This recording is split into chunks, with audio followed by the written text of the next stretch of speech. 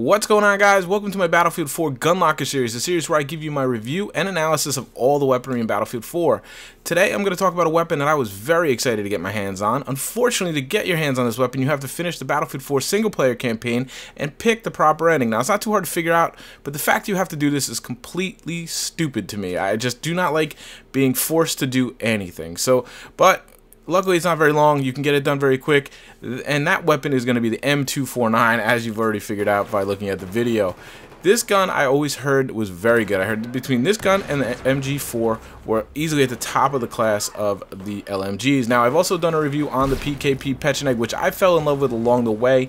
That's going to round out right now my 3 favorite LMGs. So today I'm going to talk about the 249. I'm inevitably going to compare it a lot to the MG4 because these two weapons are very, very similar, as I know a lot of you know. Now let's get right into the pros. Fastest fire rate of all the support weapons at 800 rounds per minute. That, of course, equals the MG4. It's really, really good at just putting lead downrange on people, keeping their heads down, keeping them suppressed. Large belt-fed magazine of 200 rounds, obviously, complements that. You rarely have to reload, and you can just keep people hiding, keep people back, and that's basically what you want to do with an LMG. Less vertical recoil on the M249 compared to the MG4, and especially compared to the PKP Pecheneg, which I've also reviewed. That makes this a little more user-friendly in my opinion. The recoil is balanced between the left and right side. The gun almost resets itself. Now, that can be a benefit and a con, and I'm going to get into that a little bit later. Short, quick bursts can easily take down snipers at long range. You will get chat hate when you start sniping snipers with this thing. I do it all the time.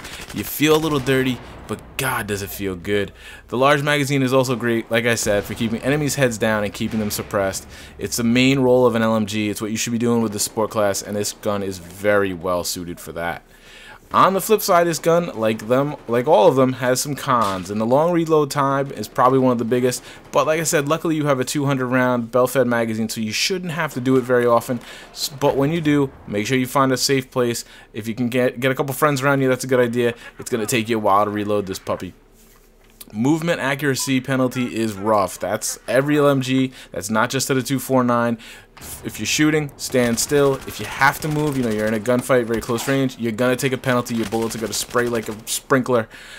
Luckily, you got the large magazine. You can spray for days. You just got to hope that you can suppress them enough that they can't be more accurate than you with that assault rifle or what have you.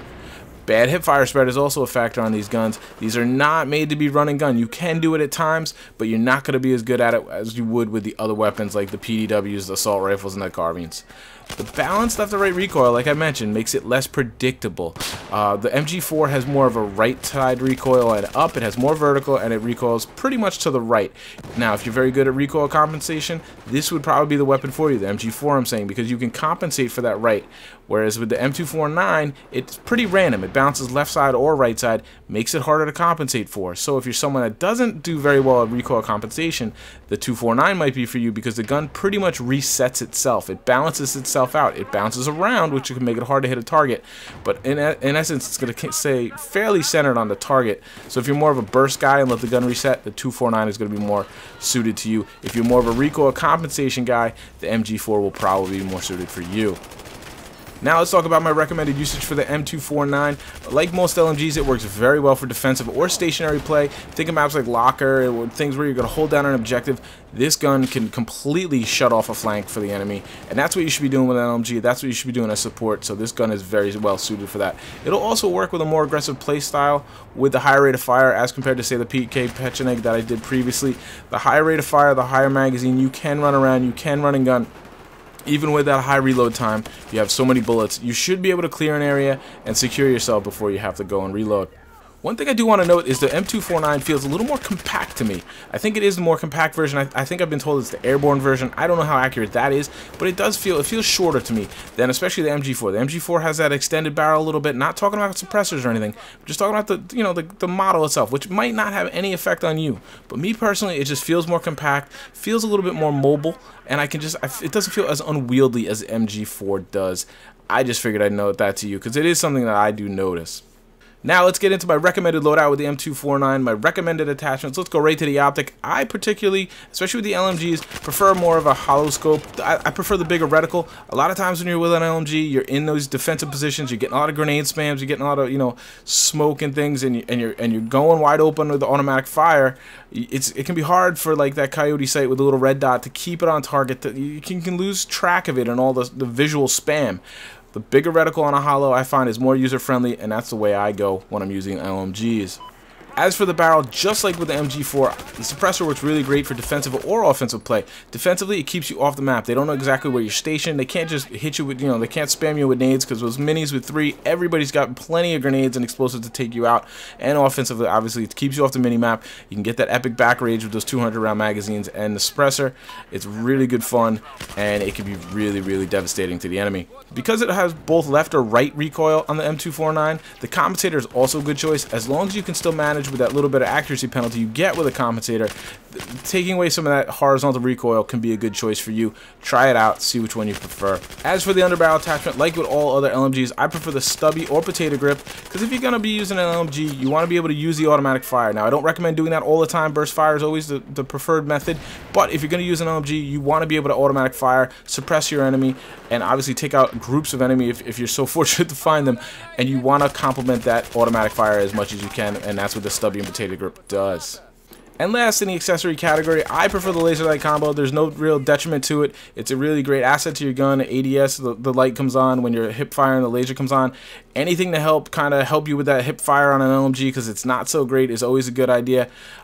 If not the laser light combo, you can always think about a magnifier if you're playing a little longer range. You're trying to hold, say, the outside corridor on lock or something like that. Something with a long line of sight.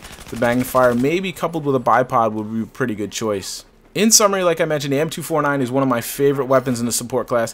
Like I mentioned, visually, I prefer the 249. It feels a lot more compact to me, less, you know, it's not as unwieldy as the MG4 sometimes feels to me.